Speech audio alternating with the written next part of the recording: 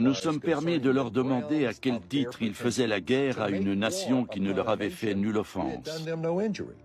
Nous avons ajouté que l'humanité était à nos yeux peuplée d'amis qui ne nous avaient fait aucun mal et ne nous avaient aucunement provoqués.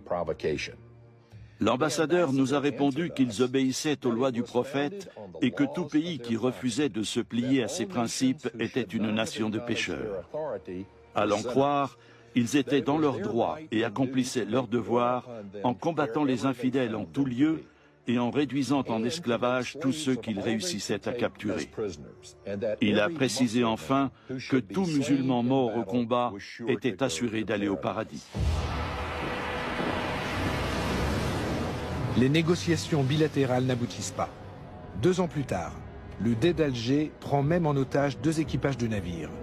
Il réclame 60 000 $ pour leur libération ou menace d'en faire des esclaves. Rapporté au budget actuel des États-Unis, cette somme représenterait aujourd'hui plus de 60 milliards de dollars.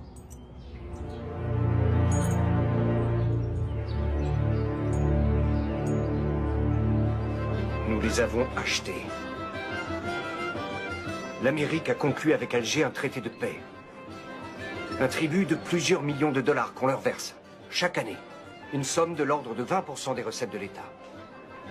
Il y a longtemps qu'on aurait dû investir cet argent dans des forces de frappe militaires puissantes. C'est bien vrai, ça. 20%, rendez-vous compte. On aurait pu régner sur les océans. De nos jours, il paraîtrait invraisemblable que les États-Unis se laissent dicter ainsi leur conduite. Mais même pour la jeune République, l'humiliation est cuisante. Les corsaires ont poursuivi leurs activités.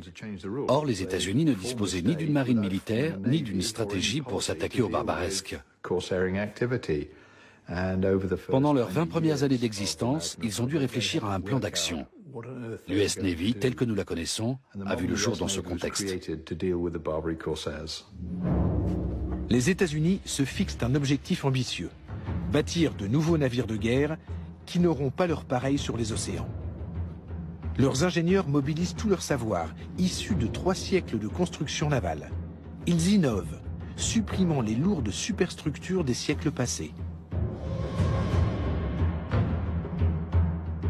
Place aux frégates aérodynamiques à faible tirant d'eau.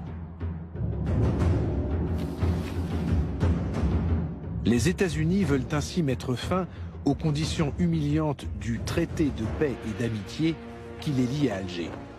Et on les comprend.